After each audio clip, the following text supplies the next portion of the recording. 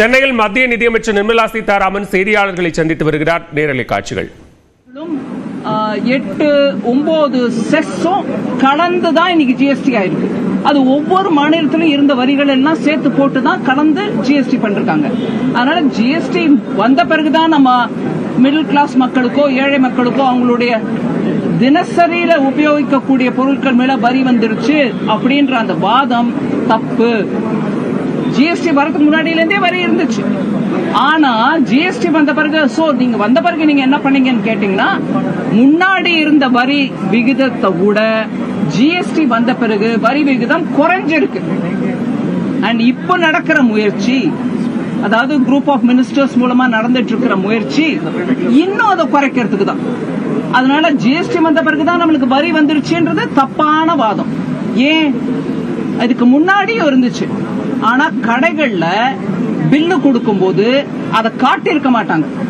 இப்ப கடைகள்ல பில்ல சென்ட்ரல் ஜிஎஸ்டி, ஸ்டேட் ஜிஎஸ்டி அப்படின்னு கிளியரா போட்டு உங்க கையில கொடுக்கறதுனால நம்மளுக்கு இப்ப தோணுது, ஓஹோ இப்பதான் நம்ம கட்டுறோமா, ஜிஎஸ்டி வந்த பிறகுதான் வரி கட்டுறோம் போல் இருக்கு அப்படின்னு தோணுது. தப்பது.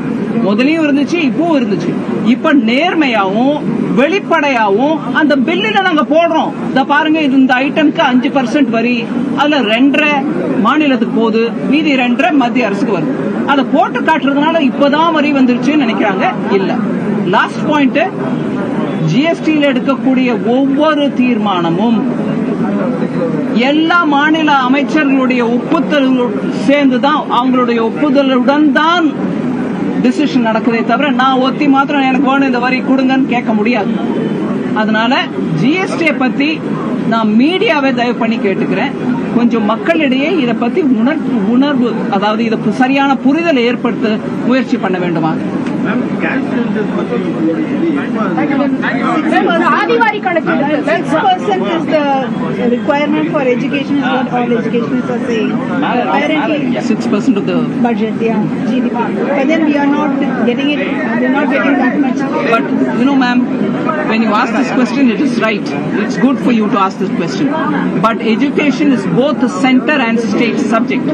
So when I present the budget, it is only the central expenditure which gets captured in it. Every state's expenditure should also be looked at, and together is what we should take for assessing how much is being spent on education. So just not the central government, because it's a subject under both center and state. ஜாதிவாரி கணக்கெடுப்பு நடத்தப்படும் மத்திய அறிவிச்சிருக்கீங்க. So திமுக கிடைத்த வெற்றி அப்படின்னு சொல்லிட்டு அவங்க claim பண்றாங்க, இந்தியா கூட்டணிக்கு கிடைத்த வெற்றி அப்படின்னு கிளைம் பண்றாங்க. அதை பத்தி முதல்ல ஜாதிக்கு வெற்றி திமுக தேடுதா? சமத்துவம் தாங்க. நீங்க கேட்ட கேள்விக்கு பதில் சொல்றேன். ஜாதியை பற்றி விஷயத்தில் திமுக வெற்றி தேடுதா? மத்திய அரசு சென்சஸ்ல நாங்க கொண்டு வரோம்னு சொன்னோம், தப்பு ஒண்ணு இல்ல. பல பேர் கேட்டிருக்காங்க. இன் பிரின்சிபல் அப்ரூவல் நாங்க கேபினெட்ல கொடுத்திருக்கோம். ஆனா அது எங்களுடைய வெற்றி எப்படின்னு சொன்னா, ஜாதியை பத்தி பேசவே கூடாது டிஎம்கேல. அதனால எல்லாத்துலயும் அரசியல் ரீதியா லாபத்தை தேடுறதுக்கு முயற்சி பண்ணக்கூடாது. தமிழ்நாட்டுல சமத்துவத்தை கொண்டாங்க. சென்சஸ் வரும் எப்படியா இருந்தாலும், அதுல இந்த டேட்டா வரும் எப்படியா இருந்தாலும், எல்லாருக்கும் அந்த டேட்டா வெளிப்படையா உதவுறதுக்கு தான் சென்சஸ் மூலமா எடுக்கிறோம். அதனால இதுல உடனே ஒரு குயுக்தியா அதை திருப்பிக்கிட்டு நாங்க போராடினதுனால தான் எங்களுக்கு வந்துச்சுன்னு சொல்ல வேணாம். இன்னைக்கும் நான் தெருவுல போகும்போது போர்டு பாக்குறாங்க, ஜாதி பேருடன் பேரு இந்த தமிழ்நாட்டில் இன்னைக்கும் இருக்குது. ஜாதி விவகாரத்துல இன்னைக்கும் கழிவு, மனித கழிவு குடிநீர்ல சேர்க்கிறது இந்த தமிழ்நாட்டில் தான் நடந்திருக்கு. எங்கேயும் நம்ம கொஞ்சம் ஒரு விதமா நாங்க நல்லா முன்னேறிட்டு இருக்கோம், வடக்குல சில ஸ்டேட்ஸ் பாருங்க முன்னேறல அப்படின்னு சொல்றீங்களே, அந்த ஸ்டேட்ல கூட இந்த மாதிரி மனித கழிப்பை கொண்டு போய் தண்ணீரை, குடிக்கிற தண்ணீரை சேர்க்கல. அதனால இந்த விஷயத்துல அரசியல் ரீதியா பார்க்காம, இதனால நம்ம அதுல இருந்து வரக்கூடிய டேட்டாவை வச்சுக்கிட்டு பின்தங்கி இருக்கிறவங்களுக்கு எப்படி இன்னும் வாய்ப்புகள் கொடுக்க முடியும்ன்றத பத்தி யோசிக்கணுமே தவிர, கொஞ்சம் நாங்க வென்றோம் நீங்க தோத்தோன்ற அந்த பேச்சை கொஞ்சம் விட்டுறணும். மத்திய அரசு இன்னும் நிதி கொடுக்க மாட்டேங்குது, இருந்தாலும் தமிழகம் தொடர்ச்சியாக முன்னணியில இருக்குன்னு சொல்லி முதல்வர் சொல்லிட்டே இருக்காரு. நான் ஒவ்வொரு முறையும் பேசிட்டு தான் இருக்கேன், எவ்வளவு நம்ம கொடுக்கறோம் எவ்வளவு கொடுக்கல, எல்லா ஸ்டேட்டுக்கும் எப்படி கொடுத்துருக்கோம். எனக்கு பிரைவேட்டா சில மெம்பர் கிட்ட, அதாவது ஆளுங்கட்சி இங்க இருக்கக்கூடிய ஆளுங்கட்சி கிட்ட இருந்து மெம்பர் கிட்ட இருந்து நான் பேர் எடுக்க விடும்போது அவங்க கிட்ட இருந்து மெசேஜ் வருது, நன்றிங்க வேலை வாய்ப்பு திட்டம் இருக்கு பாருங்க, கிராமப்புற வேலை வாய்ப்பு திட்டம் மன்ரேகா, அதுக்கும் பணம் கொடுத்துருக்கோம். ஓ நன்றி, அந்த பணம் வந்துருச்சு.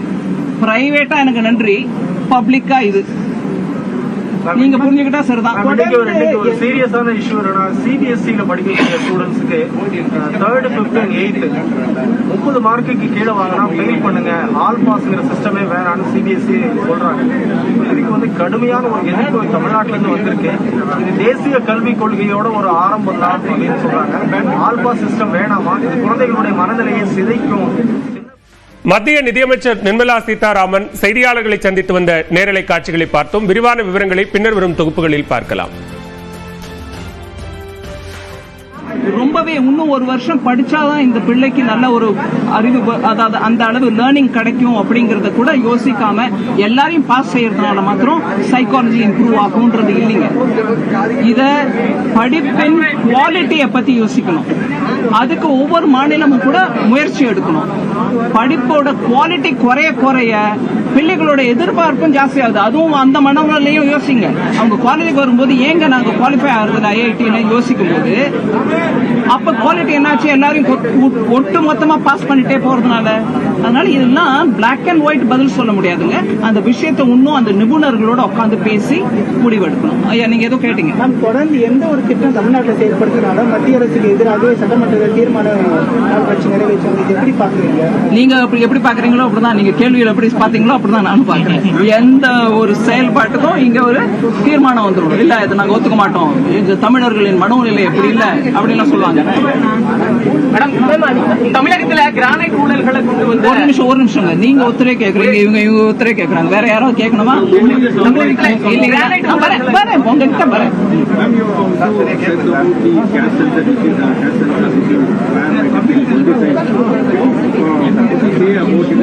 DMK, whether it is in Bihar, so there have been opposition criticizing it.